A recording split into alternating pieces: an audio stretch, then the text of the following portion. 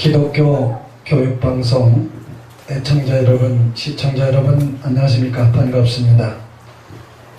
오늘 여러분과 함께 하나님의 귀하신 말씀을 나누고 이제 작은 종이지만 하나님께서 원하시는 뜻과 의미를 우리가 함께 나누고 영의 세계를 세워가기를 소원합니다. 오늘 나누실 말씀은 사무엘상 22장 1절로 2절 말씀입니다. 제목은 입술의 영을 지켜라 하는 제목으로 우리가 함께 나누고자 합니다. 가끔 이런 말씀을 들어보시죠. 인생이 뭐 있어? 어떤 때 사람들이 그런 말을 하던가요? 들어보셨을지도 모르고 저는 몇 차례 들어봤는데 가깝게 지내는 믿음 좋은 분한테 그 말을 들어본 적이 있고 한 번은 TV 광고에서 그 말을 하는 것을 제가 들어본 적이 있습니다. 인생이 뭐 있느냐고 그렇게 스스로 자문하는 것 같지만 사실은 인생 살아보니까 별거 없다. 먹고 즐기고 놀고 순간순간 가장 기분 좋은 대로 살면 되지 인생이 뭐 특별한 게 있느냐 하는 그러한 자포자기의 사고가 그 말 속에 들어있는 것입니다. 그런데 그거를 마치 좋은 문구인 양 광고에 사용하고 그 자기들이 광고하는 제품을 사용하면은 인생이 가장 만족스럽다는 듯이 그렇게 광고를 했던 것이죠. 사실은 그 말을 하는 사람들의 심리를 보면은 노력하고 힘쓰고 애쓰고 기도하라고 해서 기도도 해보고 뭐 열심히 공부하라고 해서 공부도 해보고 힘써 인생을 살아봤지만 제대로 되는 거 별로 없고 이루어지는 거 없고 목표로 삼고 뜻을 높이 둬봐도 아무 의미가 없더라. 그러니까 인생이 뭐 있느냐. 그러한 자주 섞인 말을 사실은 하고 있는 것입니다. 그러니까 그 사람의 마음속에는 남들을 우리가 바라보면 멋지고 행복하게 사는 것 같은데 나는 이렇게밖에 안 되는구나. 인생의 변두리의 상황을 자기 스스로가 나타내고 있는 것입니다. 인생의 변두리, 사랑과 생각과 형편이 삶의 중심에 있지 않고 남의 이목의 중심에 있지 않고 항상 변두리에 남이 봐주지도 않고 누가 인정도 안 해주고 자기 스스로도 자부심을 가질 수 없는 그러한 인생일 때 인생의 변두리의 상황에 처한 사람이 그런 말을 하는 것입니다.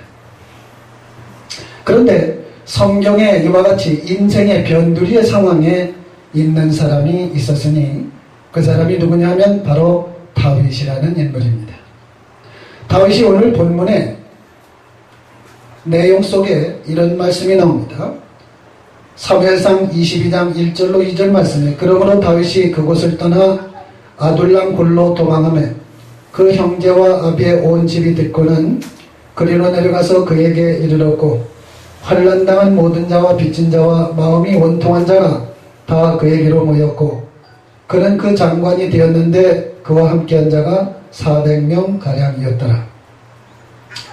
다윗이 사울에게 쫓기고 누구에게도 도움을 받지 못해서 멀리 황량한 벌판에 있는 동굴 속으로 도망간 거예요.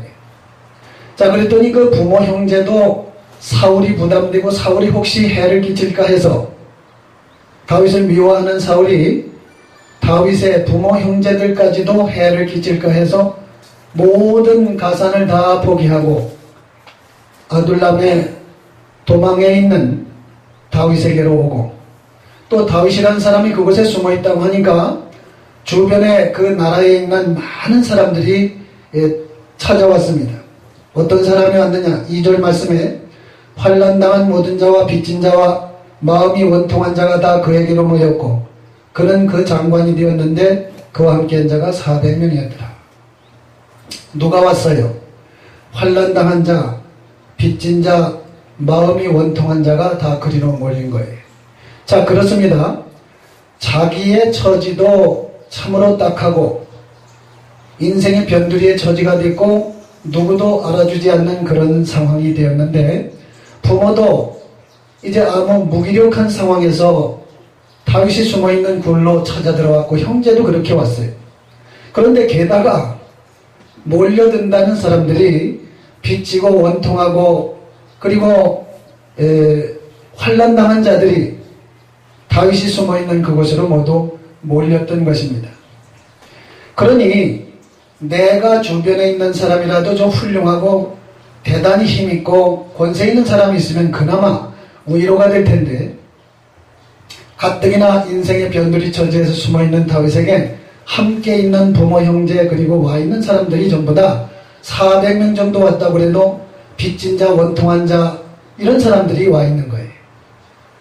그러니 누구 하나 제대로 마음의 자부심이나 마음에 힘을 줄 만한 형편이 되지 못하고 볼 때마다 한심하고 스스로가 참 형편없는 처지가 되어 있다는 것입니다.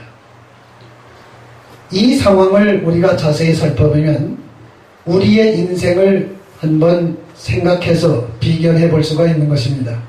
살다 보면 인생의 변두리 같은 처지가 될 때가 있습니다. 왜 그렇습니까? 지금 다윗이 숨어있는 아둘람 굴이라는 이 의미가 히브리어로 변두리라는 뜻입니다. 하나님의 뜻이 너희가 인생의 변두리에 있을 때 너희가 어떠한 마음의 자세와 어떠한 언어를 가지고 사느냐 이것을 하나님께서는 가르치시고 또 보기를 원하시는 것입니다. 지금 다윗이 아둘람에 숨어 있으면서 기가 막힌 상황인데 다윗의 입으로는 인생이 뭐 있어라는 말을 절대로 하지 않습니다. 다윗은 이런 상황 속에서도 하나님 앞에 믿음을 지키고 경건을 지키고 진실을 잃지 않기 위해서 아주 애를 쓰고 있는 다윗의 모습을 우리는 알아야 합니다. 그 내용이 시편 57편 7절 말씀에 나와 있어요. 시편 57편 7절 말씀에 시편 57편의 초두에 보시면 다윗이 아둘람 굴에 숨어 있을 때라는 말씀이 나옵니다. 시편 57편 시작 초두에 그런 내용이 나와요. 그런데 57편 7절 말씀에는 무슨 말씀이 나오느냐? 내 마음이 작정되고 작정되었사오니 내가 노래하고 찬송하리다. 다윗은 인생의 변두리 아둘람의 형편과 처지가 돼서 보잘것없고 알아주지 않고 무력함이 가득한 상황 속에서도 인생 뭐 있어라는 자포자기와 자주 섞인 말을 않기로 결단하였다는 것입니다.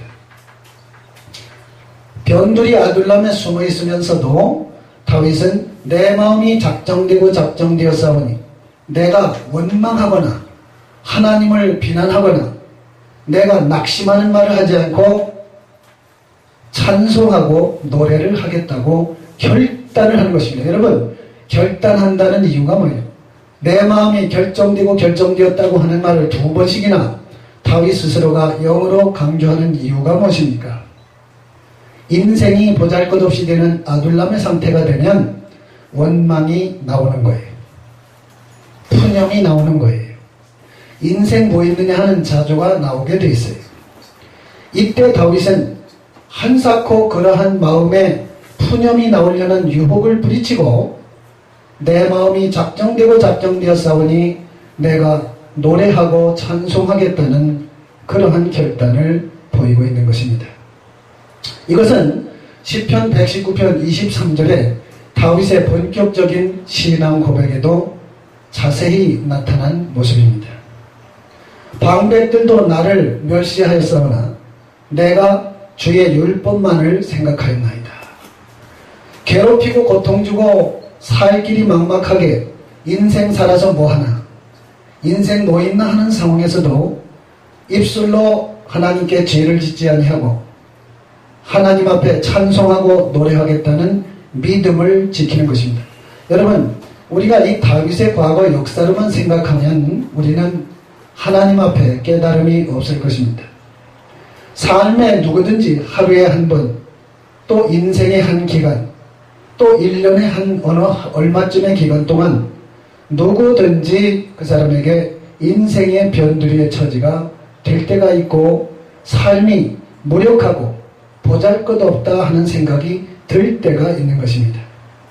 이때 다윗은 인생 무엇이라는 분영과 자조를 내뱉지 아니하고 그런 마음이 가슴속에서 꿈틀거리더라도 작정되고 작정된 그 마음을 가지고 믿음을 지켜서 노래하고 찬송하는 것으로 그리고 여호와의 율례를 입으로 생각하고 마음으로 생각하고 입으로 읊조리는 그러한 믿음의 자세를 가지고 견고한 신앙을 지켰던 것입니다.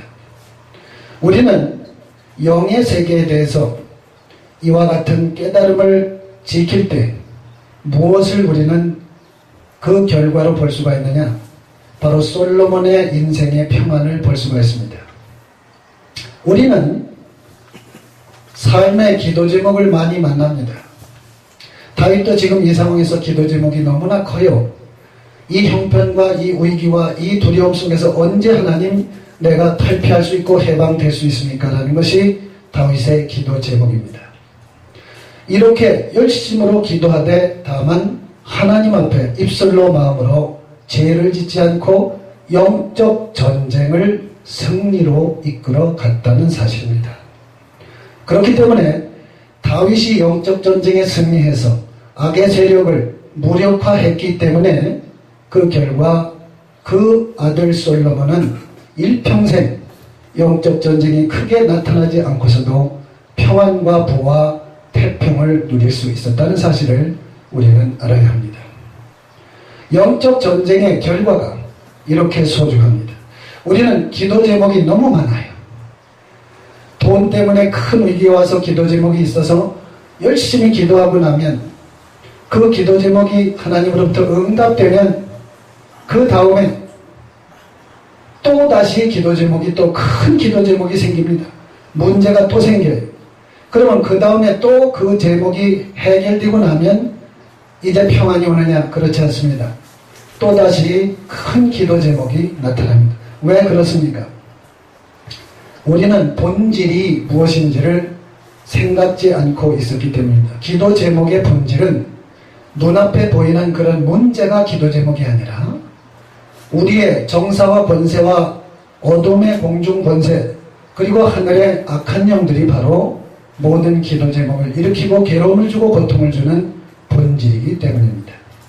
그런데 그것들을 입술로 죄를 짓고 입으로 범죄하고 마음으로 범죄할 때 그것들은 힘을 얻고 활력을 얻는 것입니다. 그래서 언제나 우리에게 또다시 괴로움을 줄 수 있는 원동력이 우리로부터 그들에게 제공되는 거예요.